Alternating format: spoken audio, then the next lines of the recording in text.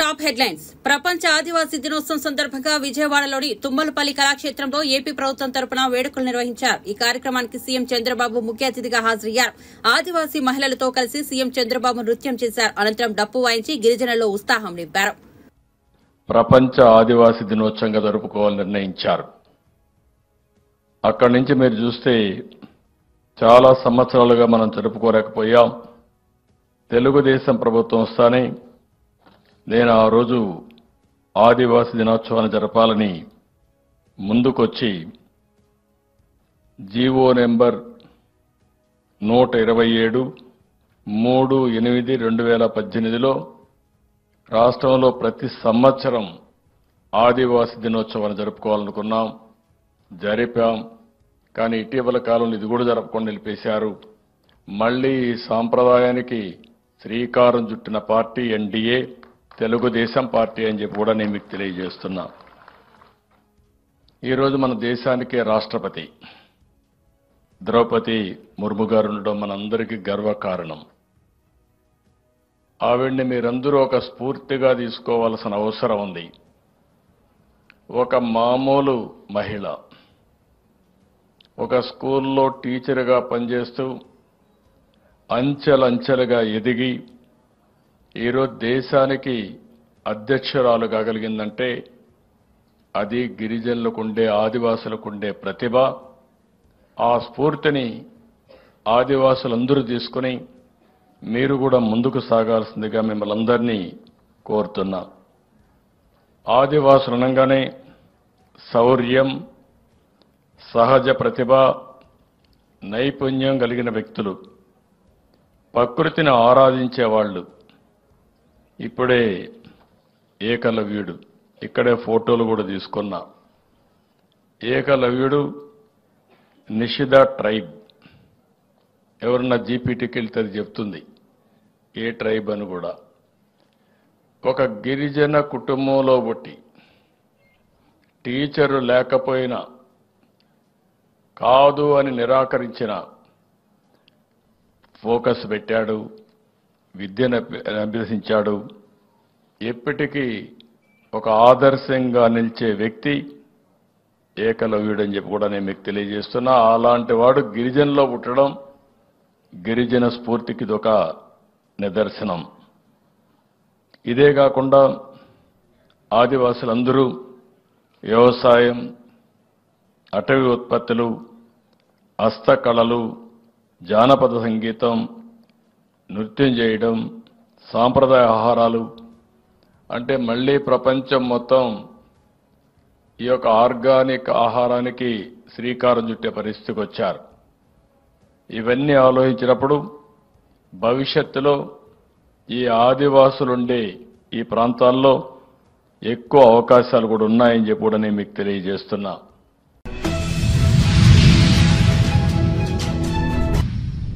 తెలంగాణ ముఖ్యమంత్రి రేవంత్ రెడ్డి అమెరికా పర్యటనలో బిజీగా గడుపుతున్నారు. పలు కంపెనీల ప్రతినిధులతో చర్చలు జరిపి రాష్ట్రానికి వచ్చి పెట్టుబడులు పెట్టాలన్నారు. రాష్ట్రానికి వస్తే తగిన మౌలిక సదుపాయాలు కల్పిస్తారని చెప్పి రాయితీలు ఇస్తున్నారు. సీఎం రేవంత్ రెడ్డితో పాటు మంత్రులు శ్రీధర్ బాబు, కోమిటిరెడ్డి వెంకటరెడ్డి, రాష్ట్ర ప్రభుత్వ ప్రధాన కార్యదర్శి శాంతికుమారి, ఇతర ఉన్నతాధికారులు అమెరికా పర్యటనలో ఉన్నారు. ఈ సందర్భంగా ముఖ్యమంత్రి రేవంత్ రెడ్డి ప్రఖ్యాత అడోబ్ సిస్టమ్స్ సీఈఓ శంతరు నారాయణతో భేటీ అయ్యారు.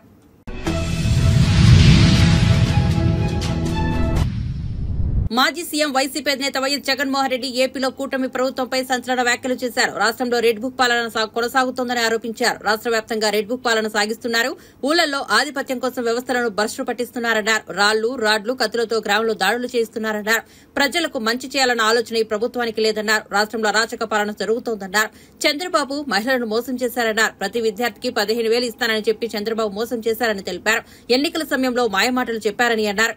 మన ప్రభుత్వమే ఉంటే ఇప్పటికే అందరికీ రైతు భరోసా ఉండేదని వైఎస్ జగన్ అన్నారు. నంద్యాల జిల్లా సీతారామపురంలో మృతి చెందిన వైఎస్ఆర్సీపీ కార్యకర్త సుబ్బారాయుడు కుటుంబాన్ని పరామర్శించేందుకు వెళ్లారు. పరామర్శ అనంతరం మీడియాతో మాట్లాడారు. మిగతా వాళ్ళకు ఫోన్ చేస్తా ఉన్నట్టుగా వీళ్ళకు గ్రామంలో కనిపిస్తా ఉంది, కానీ ఏ ఒక్కరూ కూడా రారు. పోలీసులు అదనపు బలగాలు రావు. సాక్షాత్తు పోలీసుల సమక్షంలో ఇదే సీతారాంపురం అనే ఇదే గ్రామం జిల్లా కేంద్రమైన నంద్యాలకు కేవలం 15 కిలోమీటర్ల దూరంలో ఉంది. కేవలం 10 కిలోమీటర్ల దూరంలోనే ఉంది. 15 కూడా కాదు, 10 కిలోమీటర్ల దూరంలోనే ఉంది. 10 కిలోమీటర్ల దూరంలో జిల్లా హెడ్ క్వార్టర్స్. ఆ జిల్లా హెడ్ క్వార్టర్స్ లో ఎస్పీ ఉంటాడు. ఆ జిల్లా హెడ్ క్వార్టర్స్ లో ఎస్పీ ఉంటాడు. ఆ జిల్లా హెడ్ క్వార్టర్స్ లో ఎస్పీ ఉంటాడు. ఇక్కడ నుంచి కేవలం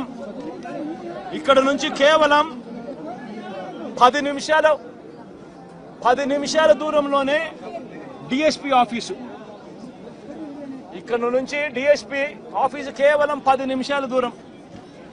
ఎస్పీ ఉండేది కేవలం 10 కిలోమీటర్ల దూరంలో ఎస్పీ ఉన్నాడు నంద్యాల హెడ్ క్వార్టర్స్ లో.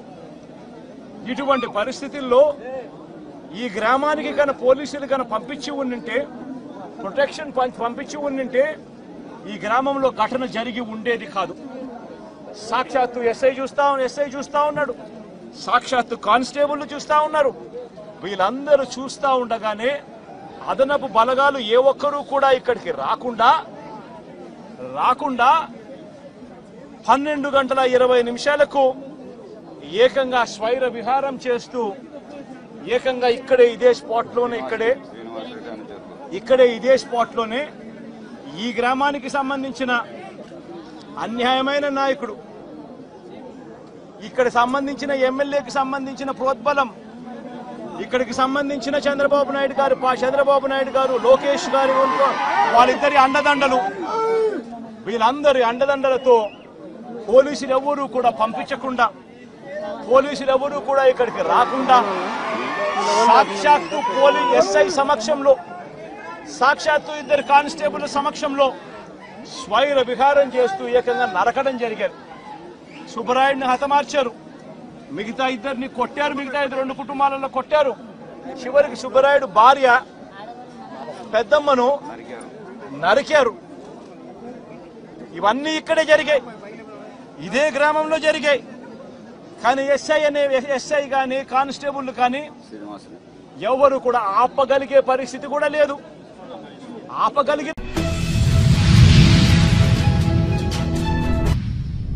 ఏపీలో వైసీపీకి వర్ష షాకులు తగులుతున్నాయి. ఆ పార్టీకి చెందిన పలువురు నేతలు రాజీనామా బాట పడుతున్నారు. పిఠాపురం మాజీ ఎమ్మెల్యే పెండం దొరబాబు రాజీనామా చేసిన 48 గంటల్లో మాజీ ఎమ్మెల్యే పార్టీకి గుడ్ బై చెప్పారు. ఏలూరు జిల్లాకు చెందిన మాజీ డిప్యూటీ సీఎం ఆళ్ల కాళీకృష్ణ శ్రీనివాస్ వైసీపీకి రాజీనామా చేశారు. వ్యక్తిగత కారణాలతో రాజీనామా చేస్తున్నట్లు తెలిపారు. ఏలూరు జిల్లా అధ్యక్ష పదవితో పాటు నియోజకవర్గ ఇన్ఛార్జ్ పదవికి కూడా రాజీనామా చేస్తున్నట్లు ప్రకటించారు. ఈ మేరకు పార్టీ అధినేత వైఎస్ జగన్ కు రాజీనామా లేఖను పంపించారు. జగన్ మంత్రివర్గంలో ఆళ్ల నాని వైద్య ఆరోగ్య శాఖ మంత్రిగా డిప్యూటీ సీఎంగా పనిచేశారు. అయితే ఇటీవల జరిగిన అసెంబ్లీ ఎన్నికల్లో టీడీపీ అభ్యర్థి బడేటి రాధాకృష్ణ చేతిలో ఓటమి పాలయ్యారు. అప్పటి నుంచి పార్టీ కార్యకలాపాలకు దూరంగా ఉంటున్నారు. ఇప్పుడు ఏకంగా పార్టీని వీడుతున్నట్లు ప్రకటించారు.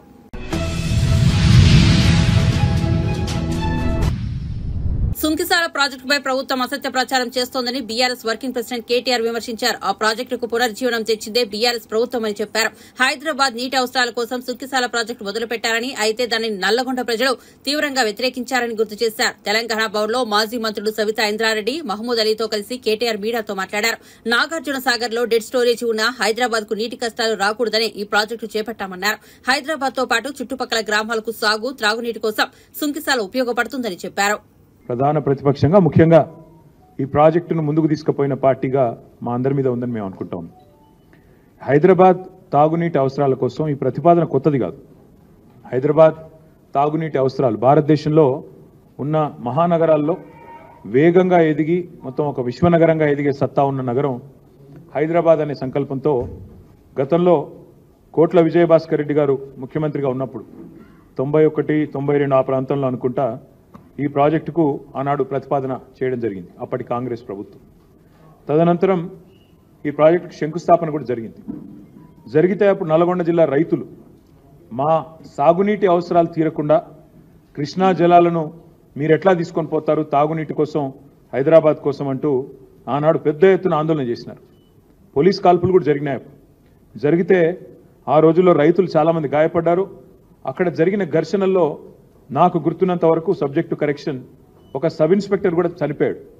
అంత బీభత్సమైన పోరాటం ఆనాడు నల్గొండ జిల్లాలో జరిగింది. దాంతో ఇంత ఘర్షణ జరిగిన తర్వాత, ఇంత గొడవ జరిగిన తర్వాత ఆ పథకం మొత్తంగా అటకెక్కింది, మర్చిపోయారు. తర్వాత మళ్ళీ చంద్రబాబు నాయుడు గారు ముఖ్యమంత్రిగా ఉన్నప్పుడు ఏఎంఆర్పి అనే ప్రాజెక్టును పూర్తి చేశారు. ఎలిమినేటి మాధవరెడ్డి గారి పేరు మీద ప్రాజెక్టు పెట్టి దాన్ని పూర్తి చేసినప్పుడు మళ్ళీ తాగునీరు హైదరాబాద్కి ఇవ్వాలి సుంకిశాల నుండి అనే ప్రతిపాదన మళ్ళీ మీదకి వచ్చింది. అంటే ఒకవైపు రైతులకు సాగునీరు ఇస్తూనే మరొక వైపు హైదరాబాద్కు తాగునీరు ఇవ్వాలి అనే ఆలోచనతో ఆనాడు రైతులను ఒప్పించి మరి 2001-3 ప్రాంతంలో చంద్రబాబు నాయుడు గారి ప్రభుత్వం మొదటి దశగా 90 మిలియన్ గ్యాలన్ల మంచినీళ్ళను హైదరాబాద్ 90 MGD తరలించే విధంగా ఆనాడు పథకాన్ని మొదటి దశ పూర్తి చేయడం జరిగింది. ఆ తర్వాత రాజశేఖర్ రెడ్డి గారి హయాంలో 2-3 దశల్లో కృష్ణా ఫేజ్ 2 ఫేజ్ 3 అని పెట్టి 90 MGD చొప్పున మళ్ళీ ఒక 180 MGDని మళ్ళీ తెర మీదకి తీసుకొస్తే ఆ రోజు అప్పుడున్న పరిస్థితుల్లో రైతులు మళ్ళీ మాకు ఈ ప్రభుత్వం మీద నమ్మకం లేదు, మా తెలంగాణ వస్తుంది, వచ్చినాక ఆనాడు తీసుకుంటామని చెప్పి రైతులు ఆందోళన చేయడంతో మళ్ళీ వెనక్కిపోయింది. ఆ తర్వాత హైదరాబాద్ మహానగరం విస్తరిస్తూనే ఉంది గత దశాబ్దాలుగా. ముఖ్యంగా గత దశాబ్దంలో అయితే బ్రహ్మాండంగా విస్తరించింది. హైదరాబాద్ పెరుగుతున్న నీటి అవసరాలు, తాగునీటి అవసరాలను దృష్టిలో పెట్టుకొని పెద్దలు కేసీఆర్ గారు మరి ఒకవైపు వాయువేగంతో సాగునీటి ప్రాజెక్టులు కడుతూ రైతుల్లో ఒక విశ్వాసాన్ని నింపి కృష్ణానది మీద అటు పైన మనకు తుమ్మిళ్ళ కావచ్చు, ఇంకా ఇతర పథకాలు కావచ్చు, అదేవిధంగా పెండింగ్లో ఉన్న కల్వకుర్తి, నెట్టెంపాడు, భీమా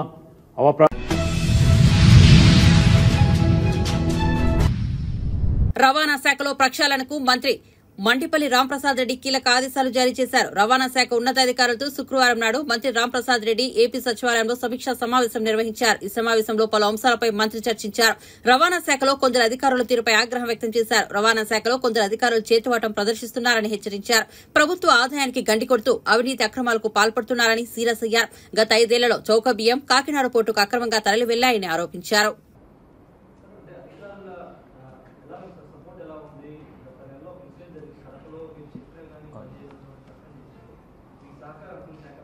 సార్ ముఖ్యంగా నేను ఒకటే చెప్తున్నా, నేనేం సస్పెండ్ చేయలేదు సార్, ట్రాన్స్ఫర్ జరిగింది.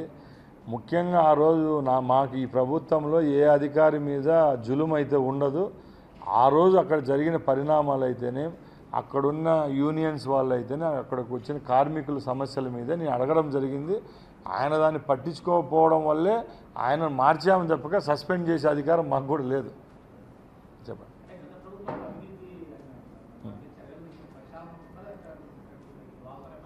సార్. ముఖ్యంగా ఏదో నాలుక నోరుందని చెప్పి మాట్లాడడం నాకు ఇష్టం లేదు. ఇప్పుడు రోజు మీరు చూస్తున్నారు మీడియాలో 1400 బస్సులు ఈరోజు రోడ్డుపైకి తెస్తున్నాం. మేము అధికారులు కూడా ఈరోజు ఆ సమీక్షలో ఒకటే అడిగా, ఈ కొనుగోళ్ల విషయంలో ఏమైనా అవకతవకలు జరిగినాయా, కంపెనీ వాళ్ళ దగ్గరికి కొనడం ఎలా జరిగింది, ఆ బాడీ బిల్డ్ చేసింటారు ఇది ఎలాగ జరిగింది, టైర్లు ఎలాగా, డీజిల్ ఎలాగ ఉంటున్నాం, ఆటోమొబైల్ పార్ట్స్ ఎలా కొంటున్నాం, స్క్రాప్ అనేది ఉంటుంది, ఎట్లా మనం చేస్తున్నాం, ప్రతి ఒక్క దాని మీద సమీక్ష చేశాం సార్. అట్లా ఏమైనా పొరపాట్లు ఉన్నప్పుడు అధికారులతో మేము కూడా సమీక్షించినప్పుడు ఏదైనా పొరపాట్లు దొరికితే మాత్రం తప్పకుండా ఎంక్వైరీ అనేది ఉంటుంది, కమిటీ వేసి తప్పకుండా చర్యలు తీసుకుంటాం.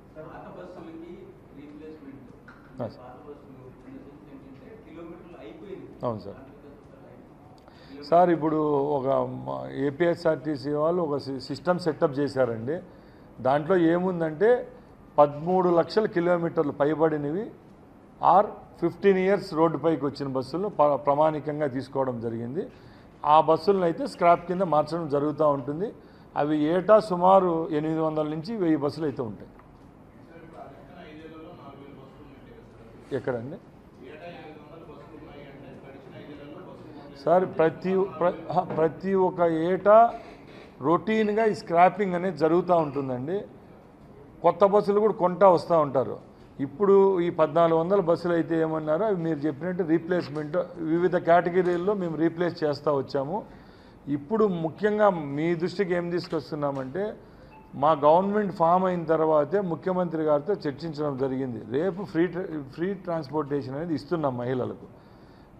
ఆ ఇచ్చే రోజుకి ఆక్యుపెన్సీ రేట్ అనేది ఆటోమేటిక్గా పెరుగుతుంది. అప్పుడు మనం ఖచ్చితంగా బస్సులు కొనాలి. ఉత్త బస్సులు కొంటే సరిపోదు కదా, అక్కడ ఉండే మ్యాన్ పవర్ కూడా ఇంక్రీజ్ చేయాలి. కాబట్టి తప్పకుండా కొనబోయే బస్సులు అలాగే దానికి సంబంధించిన డ్రైవర్లు అయితేనే, కండక్టర్ అయితేనే, మెకానికల్ పీపుల్ అయితేనే ఎంప్లాయ్మెంట్ అయితే కల్పిస్తాం.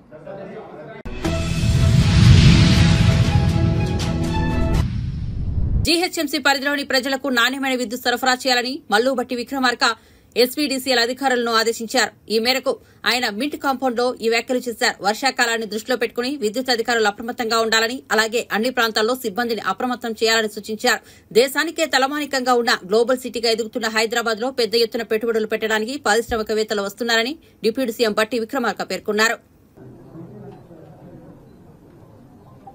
లోన్ వేవర్ సంబంధించి జీవో ఇష్యూ చేసి మొడాలిటీస్తో సహా ఫస్ట్ ఫేజ్ అంటే 18 జూలై 2024 జీవో 15వ తారీఖు రిలీజ్ చేశాం. 18వ తారీఖు నాడు మొదటి విడతగా 11.5 లక్షల అంటే 11.50 లక్షల అకౌంట్లో 1 లక్ష రూపాయల వరకు రుణం ఉన్నటువంటి వాళ్ళందరికీ 10.84 లక్షల కుటుంబాలకి ఉపయోగపడేట్టుగా 6,098.93 కోట్ల రూపాయలని ఏకదఫీనా ఒకటేసారి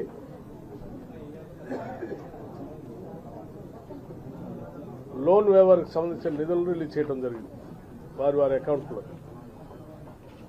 అలాగే మరలా రెండవసారి ఇన్స్టాల్మెంట్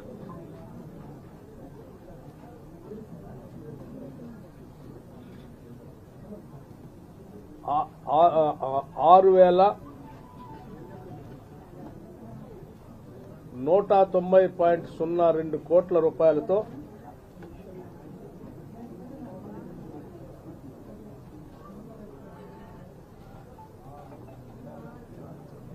మరొకసారి జూలై మాసంలోనే రెండో విడత రిలీజ్ చేయడం జరిగింది.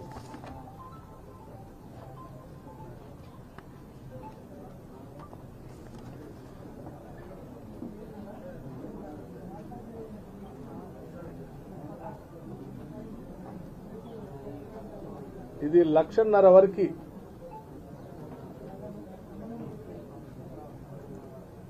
రుణం ఉన్నటువంటి వాళ్ళందరికీ నేరుగా వారి అకౌంట్లోకి డబ్బులు ట్రాన్స్ఫర్ చేసేటువంటి విధానాన్ని చేయటం జరిగింది. దీనికి సంబంధించి 5,45,407 కుటుంబాలు రైతు కుటుంబాలకి 5,45,407 రైతు కుటుంబాలకి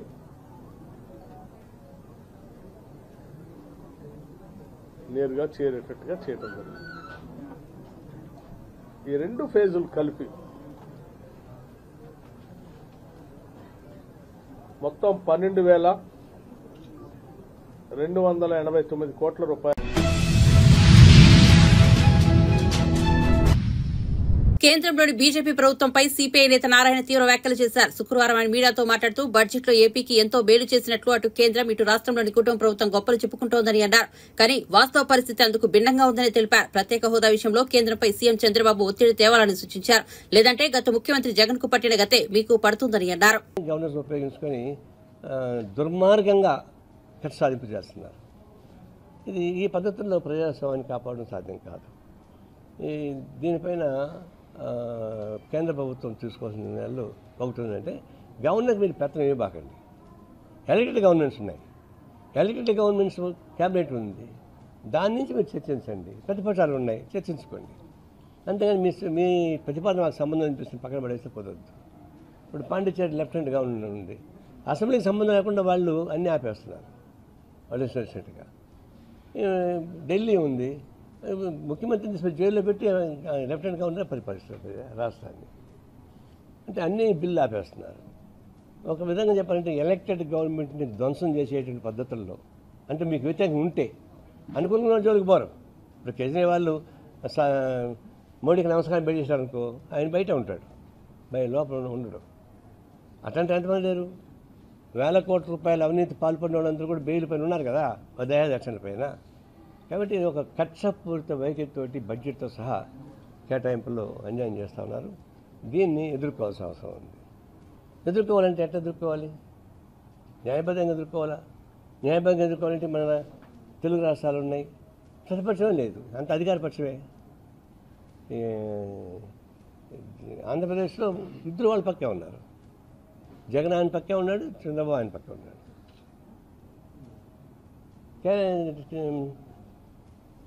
తెలంగాణలో కేసీఆర్ ఆ పక్కే ఉన్నాడు, వాళ్ళ పక్కే. అంటే దీన్ని బట్టి ఒరిస్సాలో ఇద్దరు ఆ పక్కే ఉన్నారు, ఒకవైపే ఉన్నారు. అంటే అవకాశాలు ఉన్నటువంటి వాళ్ళకి ఇక్కడికి వచ్చేకడికి మనకేమైంది, బడ్జెట్ కేటాయింపు వచ్చిన తర్వాత ఓహో బ్రహ్మాండంగా డబ్బులు చేశారని చెప్పేసి ఈ భుజు కేటాయింపు వేసుకొని ఎగురుతున్నారు ముఖ్యమంత్రి చంద్రబాబు నాయుడు. ఏమొచ్చింది? మీకు 15,000 కోట్ల రూపాయలు రాజధానికి ఇచ్చారు. దాన్ని ఏమైనా గ్రాంట్ అన్నారా? అప్పిస్తా ఉన్నారు. ఇప్పుడు దీనికి డబ్బులు కావాలంటే నాకు ల్యాండ్ ఉంటే షూరిటీ పెడతా, నా షూరిటీ ఆయన డబ్బులు ఇస్తారు. ఆయన డబ్బులు ఎక్కితే నా భూమిని ఒక యాగ వేస్తారు. అట్లాంటి షూరిటీ వాళ్ళకి ఇచ్చింది. అప్పుగా ఇచ్చారు చెప్తే వాళ్ళేమి గ్రాంట్కి ఇవ్వలే. నిన్న సీతారామన్ చాలా అందంగా అబద్ధం చెప్తారు. ఆమె చేసినంత అబద్ధాలు ఇంకొకటి చెప్పరు. చివరికి వాళ్ళు తమిళనాడులో అన్నారు, మా రాష్ట్రంలో పుట్టినావు నువ్వు, తమిళనాడుకి అన్యాయం చేస్తానని అడిగారు వాళ్ళు. నేనన్నాను మా రాష్ట్రం పెళ్లి చేసుకుంది, మాకు కూడా అన్యాయం చేస్తానని చెప్పాను. ఎందుకంటే ఇప్పుడు ఇచ్చిన డబ్బుల్ని అప్పుల్ని గ్రాంట్గా ఇవ్వకుండా అప్పులని చెప్పేసి నేను బ్రహ్మాండంగా ఇచ్చామని చెప్తున్నారు. మనం అడిగింది ఏంటి? చంద్రబాబు నాయుడుతో సహా అంతా అడిగింది ఏంటంటే మాకు ప్రత్యేక హోదా.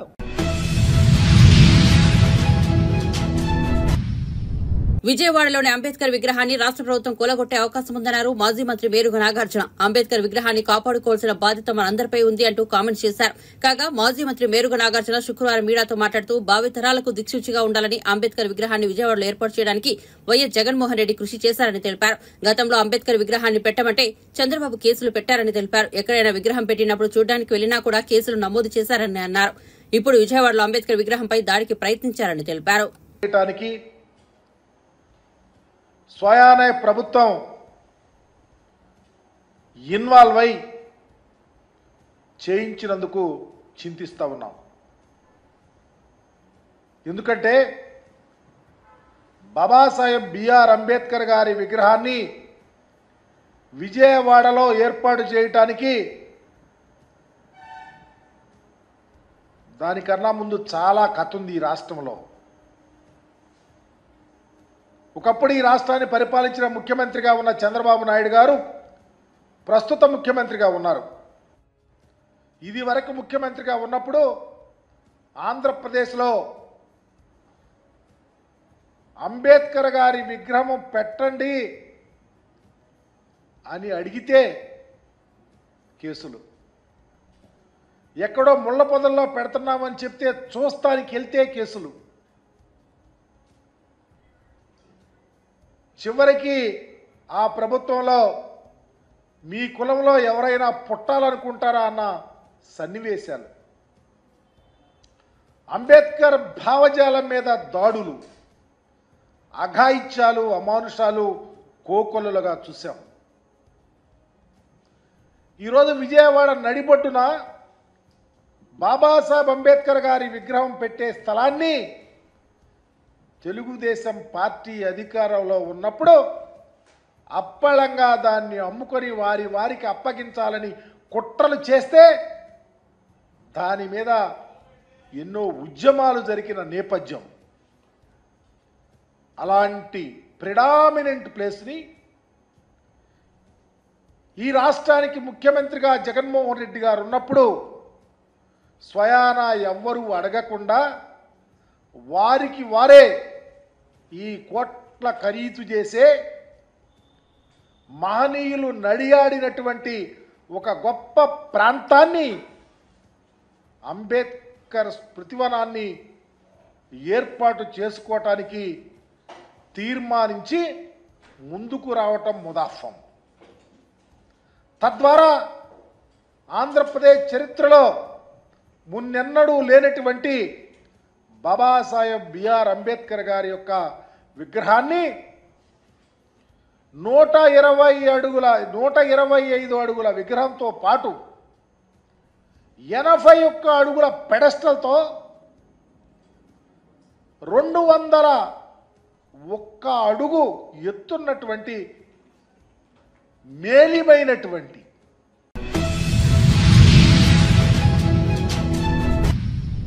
సినీ తారలు పాయల్ రాజ్పూత్, సంయుక్త మేనన్ కరీంనగర్ లో సందడి చేశారు. పట్టణంలో ఓ షాపింగ్ మాల్ ప్రారంభోత్సవ కార్యక్రమంలో వారు పాల్గొన్నారు. ఈ సందర్భంగా వారిని చూసేందుకు అభిమానులు భారీగా తరలివచ్చారు. మహిళల భద్రతే లక్ష్యంగా పనిచేస్తున్న షీ టీం బృందంతో పాయల్, సంయుక్త ఫోటోలు దిగి బ్యానర్ ను ప్రదర్శించారు. అనంతరం వేదికపై మాట్లాడుతూ యువతలో జోష్ నింపారు.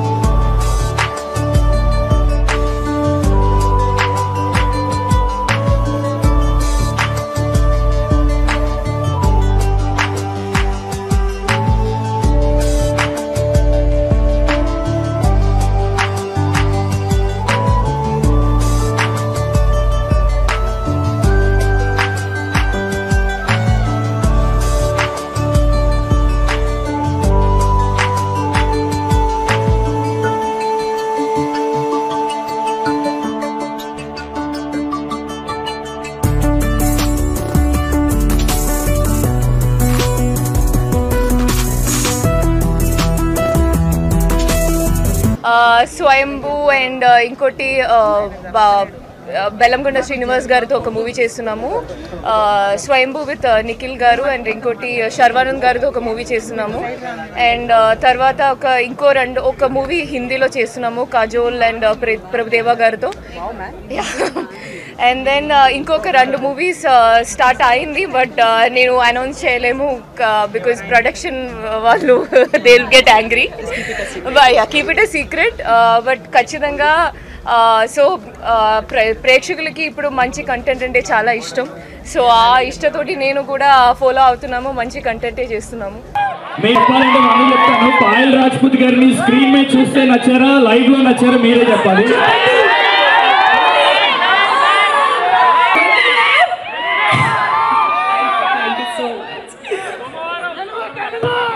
తెలుగు సో RX100 లో ఇందు నచ్చిందా ఆర్ మంగళవారంలో శైలు నచ్చిందా?